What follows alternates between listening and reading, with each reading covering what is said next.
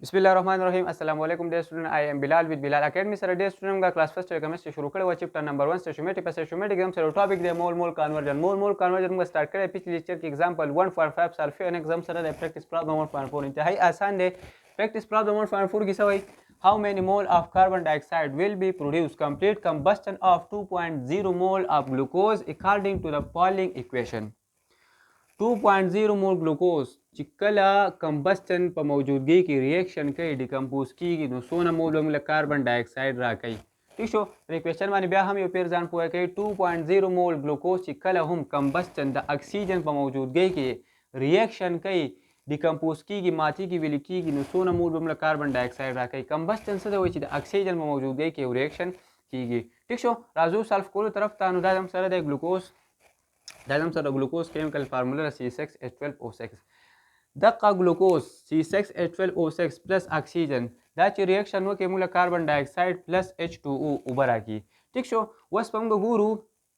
چې د ګلوکوز کیمیکل بیلنس اکویشن زموږ سره دی که نه دی دا ګلوکوز نو دا زموږ سره کیمیکل بیلنس اکویشن نه دی ځکه نه دی دلته کې 6 کاربن دی دلته کې 1 کاربن دی دلته کې 12 هایدروجن دی دلته کې 2 هایدروجن دی ټیک شو نو کیمیکل بیلنس اکویشن دا ګلوکوز نه دی ټیک شو ښه نو دا به ول کیمیکل بیلنس اکویشن به سیټ کو بیا به د هغې نه پس مونږ سالف کولو طرف ته لاړ شو ټیک شو دونه ټایم مې نه لګي ښه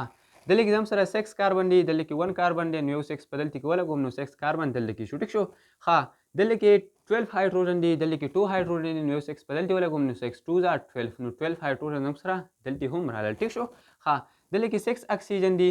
صحیح ده او دلته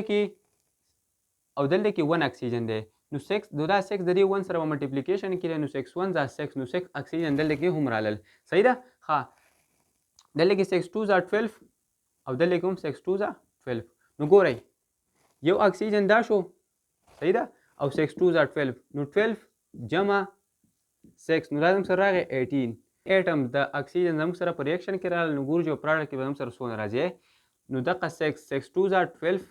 ټیک شو 12 زموږ سره دا راغلل او 6 1 ځه 6 plus 18 نو 18 اټم د اکسیجن سره په پروډکټ کې هم راغلی نو کیمیکل بیلنس اکویشن سیم شو صحیح ده ښه اوس راځو سالف کولو طرف ته نو په ګلوکوز کې موږ سره 6 کاربن دي ټیک شو او 1 مول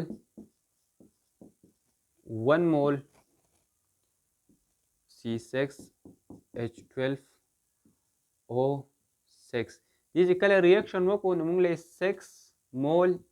کاربن ډای اکساید راکړل 6 مول CO2 کاربن ډای اکساید موږ راکړل نو چې 2 مولي 2.0 مول ګلوکوز نو دا به موږ له څونه کاربن ډای اکساید راکوي نو ګورئ 2.0 مول C6H12O6 ښه څونه کاربن موږ راکړی 6 او په څه کې په 1 کې په 1 مول ګلوکوز کې موږ له 6 کاربن نه کړو نو په 2.0 مول کې موږ له څونه ګلوکوز راکړي منټیپلای بای 2.0 نو 6 منټیپلای بای 2.0 چې موږ منټیپلیکیشن د دې وکړو نو دا زموږ سره راغی 12 ډیوایډډ بای 1 ټیک شو نو 12 مول کاربن ډای اکساید موږ سره د ګلوکوزو رالل چې کله ګلوکوز 2.0 مول ګلوکوز کمبسچن د اکسیجن په موجودګۍ کې ریاکشن وکړي نو موږ له به 12 مول کاربن ډای اکساید راکړي ټیک شو نو دا اوس زموږ سره پریکټس پرابلم 1.4 امید لرم چې 1 سټوډنټانو پوه شوي که بیا هم چا څه مسله وه کمنټس کولی شئ چینل ورسره سبسکرایب کړئ مخکې ملګرو سره شیر کړئ